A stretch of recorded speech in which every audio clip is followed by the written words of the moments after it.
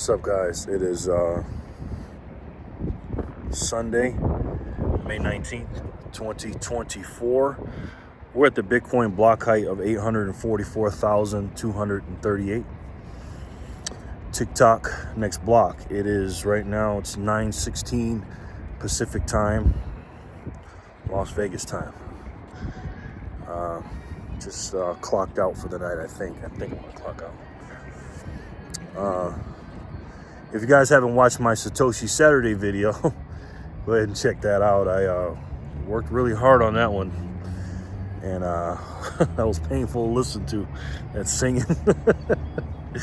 Oh God, I gotta stop doing that. Anyways, I hope you guys are doing well. I really do. I just got back from down there, Las Vegas, back up my way. Just came back from that chaotic, beautiful place. It is chaotic and it's beautiful. But so is freedom. Freedom is chaotic and beautiful. And that's a good question. What is freedom, right? What is freedom? You know?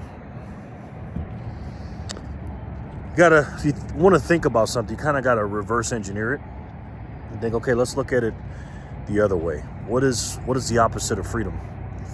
Well, obviously it's slavery, right? I tell people all the time there's trade-offs and everything, right? I always knew, now when I say this, I'm not knocking anybody who has a job, okay? It's not, there's nothing wrong with having a job. We need different occupations in the world to make the world go around. We just do. But there's two things I always looked at. I looked at freedom and security. Right now, slavery obviously is the opposite of freedom. But the more you have of one, the less you have of the other. And I'm talking about freedom and security real quick. Because obviously we know slavery is the quintessential opposite of freedom, right? We know that.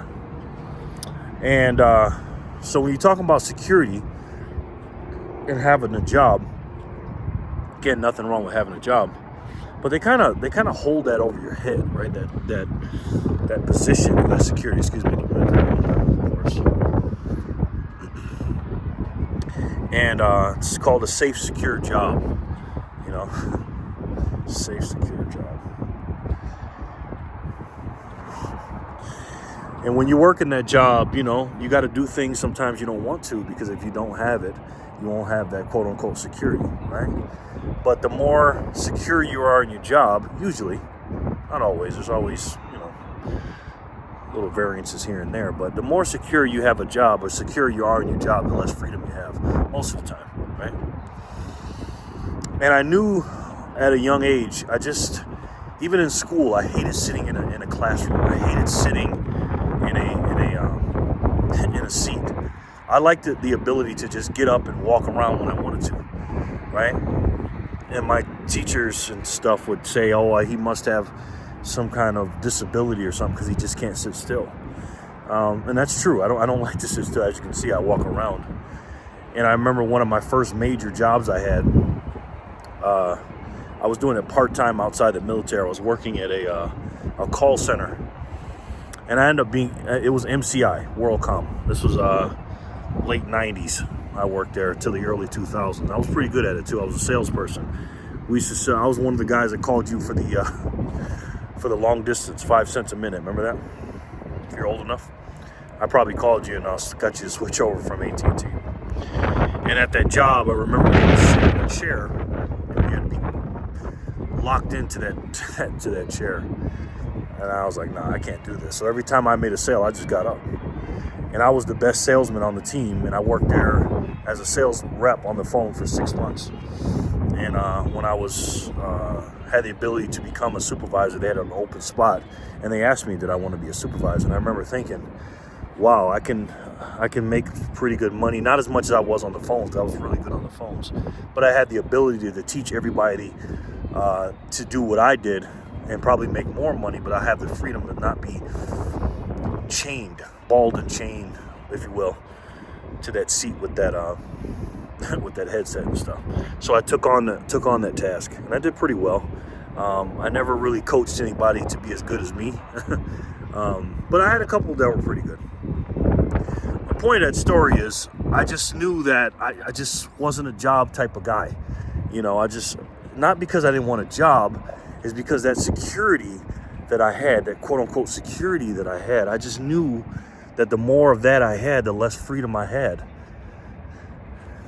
But if you leave your job and you have that freedom, you don't have any security. So it's like that game I had to play with myself. Like, what do I want? I always try to balance it with a job, a secure job, but I like to have my freedom within the confines of the security of the job.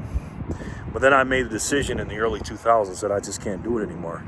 And so I left and I became an entrepreneur or self-employed or whatever. And I just found different ways to earn an income. And I remember the feeling I had. It was scary, of course. Of course it is. You don't have that security anymore. And your bills are still coming in every 30 days. But lucky for me, I've always been a good saver. I used to always put away cash and stuff like that. So that allowed me to have some freedom, right? Because there's different definitions of freedom for everybody. Depends on the day, right? Depends on who you are, where you're at in your life or whatever. But I remember feeling nervous. I was scared about it. But every single day I was hustling. And one thing I know, because we're reverse engineering it, right? Because slavery, is opposite of freedom. I knew that, not saying a job was slavery, but I just knew that no matter what, you're going to have to work, no matter what. And one thing I found out quickly, being a free and independent person or free and independent thinker, or not having the confines of having that security or doing what I needed to do, I found out really quick that I had to work. I had to work probably harder than the person that had the security because I had to hustle every day to make sure I had enough to pay bills, right? Back in those days, in my 20s. And one thing I know, that freedom ain't free. You got to work for it. And in some cases, you got to fight for it. And in this stage of my life, my last year in my 40s, there's a girl walking my way. I don't know what she's doing here. My last year in my 40s, I'm in a different place in my life. I'm okay financially, right? But I feel like mine, yours, my family's, this country, and this world too, our freedoms are being taken away. And what are those freedoms? Well, there's a constitution in place that is supposed to maintain those, but the people that are in power right now, because that's what it's about power, those people are taking away basic rights. I don't have freedom of speech. You don't have freedom of speech. We don't. I can't come on this platform and say whatever I want, because if I do, I'm going to get canceled. They'll take my channel down. That's why Rumble is doing so well. There's things that are popping up because of the restraints of freedom and the things that they're taking away from us. There's kind of like a polar opposite society being built on those said freedoms. And I remember it really hit me in 2020 during the scamdemic. I was in New York State, and I didn't know about, I went to school for finance. I went to college for finance. I didn't know about the money situation and the printing of the fiat currency and the U.S. dollar being the world reserve currency. I did know that to a certain extent, but I didn't know about the gold in 1971 and 1944 and, all that stuff. I didn't know it. And I learned it during that downtime of them taking away my freedoms and taking away a lot of people's freedoms. And I refused it, man. And I had to fight every day during 2020 and 2021 too. 2020, when I used to go into stores, restaurants, or whatever, I had to literally fight with people and argue with people about putting something on my body, right? I had to fight for that. And that's a freedom. How are you going to tell me I have to put a mask on? How are you going to tell me I have to take That's why I'm glad I didn't have a job. And I know good, solid people that took that thing because they were basically forced to, because if they didn't, they couldn't feed their families. That's not freedom. It's not freedom. And these people, these tyrants that are doing what they're doing,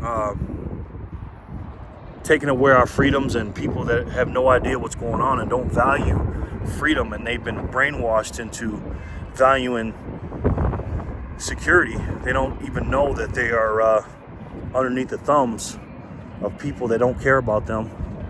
And today is modern day slavery.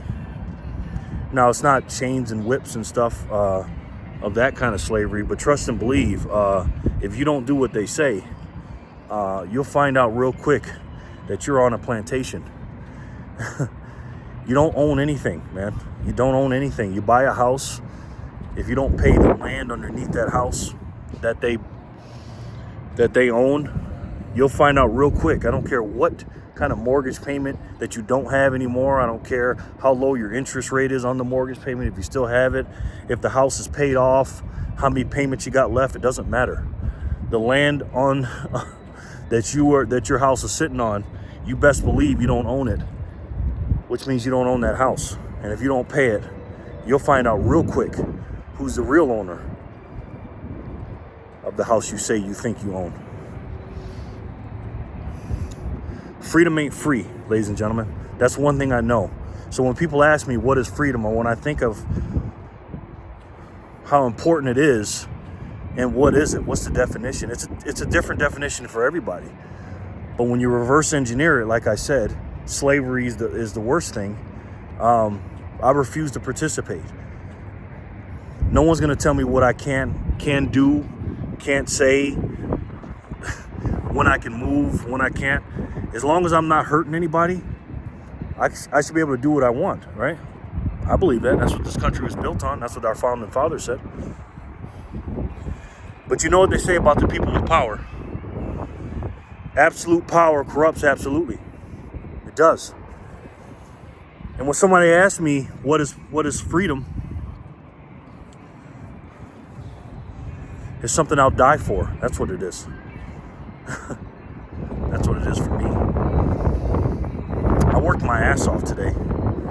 On a Sunday, on a day I'm supposed to be resting. I gotta go to Disney here in a couple days, so I'm working a little bit harder than I normally do. I'm probably still gonna keep on working, because there's a freedom technology out there that I believe is the best way to get freedom, monetarily speaking. But it's not free.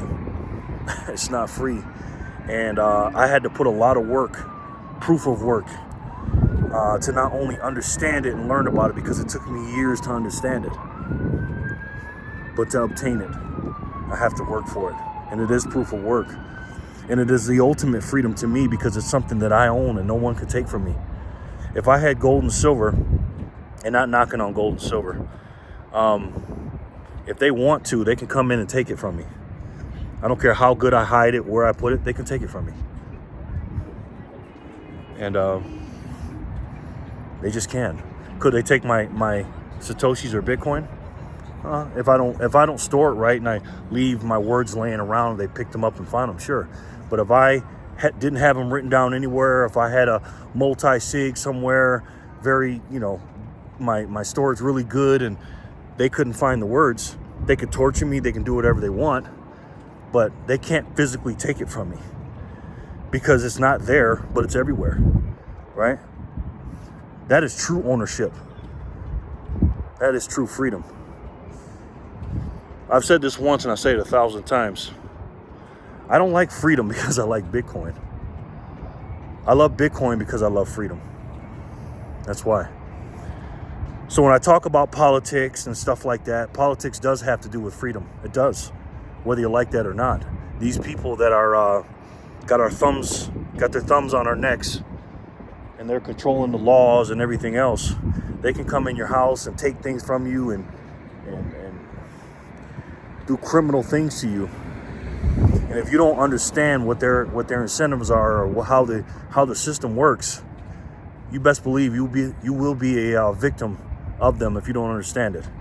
That's why I study my ass off with that. When I tell people to study Bitcoin, it ain't just about the monetary system. You got to figure out who's your enemy in the Senate and the Congress when it comes to your Bitcoin and your self-custody. Because believe me, a lot of those people up there in Washington, D.C., they're trying to make your self-custody illegal. And that to me is the opposite of freedom.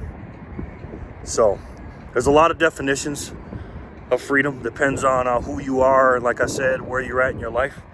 But I know one thing for sure, and two things for certain. Not only will you have to work for freedom, but you may have to fight for it too. And I'm asking you guys to do that with me every single day. All right? So, listen, man. If you worked your ass off for your money and your energy, you got to keep it safe. You got to keep it somewhere. That's the ultimate freedom in my book. And there's nothing better than the technology, the freedom technology. And you guys already know what it is. It's the best way to save. And for me, the only way to save. And that's Bitcoin. I love each and every one of you, and I'll talk to you soon. Peace and love, guys.